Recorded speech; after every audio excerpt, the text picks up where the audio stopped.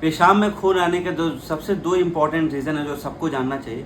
पेशाब में जो खून आता है, या तो एक रीज़न ये हो सकता है कि आपके किडनी के अंदर जो ग्लोमेरुलस होता है और ट्यूब्यूल होता है उसमें कोई डिफेक्ट होगा, जिसकी वजह से आपको पेशाब में खून आ सकता है। दूसरा जो सबसे इम्पोर्टेंट जो रीज़न है, जो पेशाब के जो ओवरऑल जो देखा जाए ग्रॉस जो दिक्कत होती है, जो किडनी का कैंसर हुआ, किडनी में कोई स्टोन हुआ, इन्फेक्शन हुआ या कोई ट्रॉमा हुआ, ये सारी चीज़ों की वजह से भी आपको पेशाब में खून आ सकता है।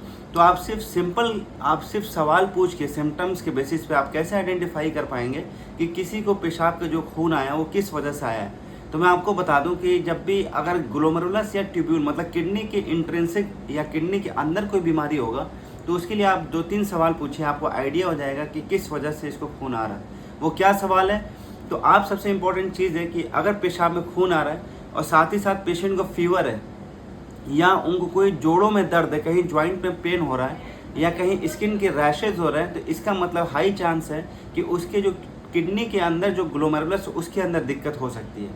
और तीसरी बात है कि अगर पेशाब आपका क्लॉट के साथ आ रहा है, बहुत ही ज़्यादा दिख रहा है, तो ऐसे में जो जो दिक्कत होती है, जो पूरे ओवरऑल जो दिक्कत होती है, ग्रॉस जो है वो किसी और रीज़न से भी आ सकते हैं।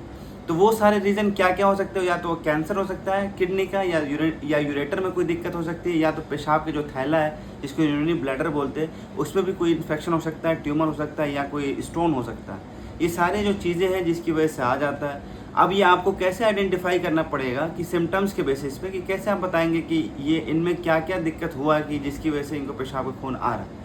तो आप सब उनसे सवाल पूछिए कि जो भी पेशाब में जो खून आ रहा है वो क्या पेशाब के करने के ठीक पहले आ रहा है, या पूरे पेशाब करने के दौरान आ रहा है, या पेशाब करने के लास्ट में आ रहा है।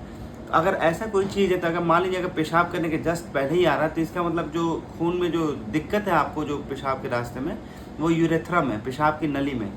और अगर आपको सबसे लास्ट में अगर पेशाब करने के टाइम पे अगर खून आ रहा है, तो इसका मतलब जो दिक्कत है आपको प्रोस्टेट में है, और या ब्लैडर नेक पे है। और अगर through out of the urine आ रहा है, मतलब आप पेशाब कर रहे हैं तो पूरे के पूरे यूरिन में ही अगर आपका ब्लड आ रहा है, तो ऐसे में जो दिक्कत है वो या तो किडनी के अंदर है, या तो पेशाब के थैले के अंदर है। ये आप सिम्टम्स के बेसिस पे बताएंगे। इसी को कंफर्म करने के लिए सबसे अच्छा जो बहुत ही सस्ता वो टेस्ट होता है, उसको यूरिन एनालिसिस कहते हैं। अगर मान लीजिए ग्लोमेरुलस या ट्यूब्यूल या किडनी के अंदर कोई दिक्कत है, जिसको हम नेफ्रोलॉजिस्ट के पास भेजते हैं, आप यूरिन एनालिसिस कराएंगे तो प्रोटोन्यूरिया, आपको एक नाम का प्रोटीन बहुत ज़्यादा आपके यूरिन में निकलेगा। अगर आपके पेशाब में खून के साथ साथ अगर प्रोटीन भी निकलता है, तो इसका मतलब कि आपका पेशाब के जो किडनी के अंदर की दिक्कत हो सकती है, जिसको हम नेफ्रोलॉजिस्ट के पास रेफर करके फर्दर उसको टेस्ट करते हैं। उसको डेफिनेटिव टेस्ट करने के लिए हम किडनी के बायोप्सी करा सकते हैं, जिससे 100% कंफर्म हो जाता है कि कहाँ पे एग्जैक्टली क्या दिक्कत है। फिर उसके बाद दवाइयाँ चला देते हैं।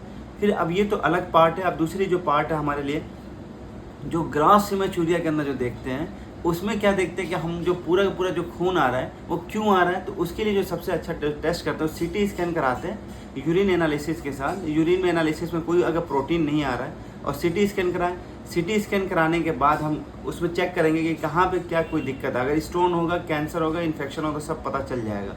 फिर उसके बाद हम अलग अलग तरीके से सबको सेग्रीगेट करते हैं कि क्या क्या एनॉमलीज है। अगर किडनी है, अगर कैंसर है तो उसका अलग ऑपरेशन करते हैं, स्टोन है तो उसका अलग ऑपरेशन करते हैं।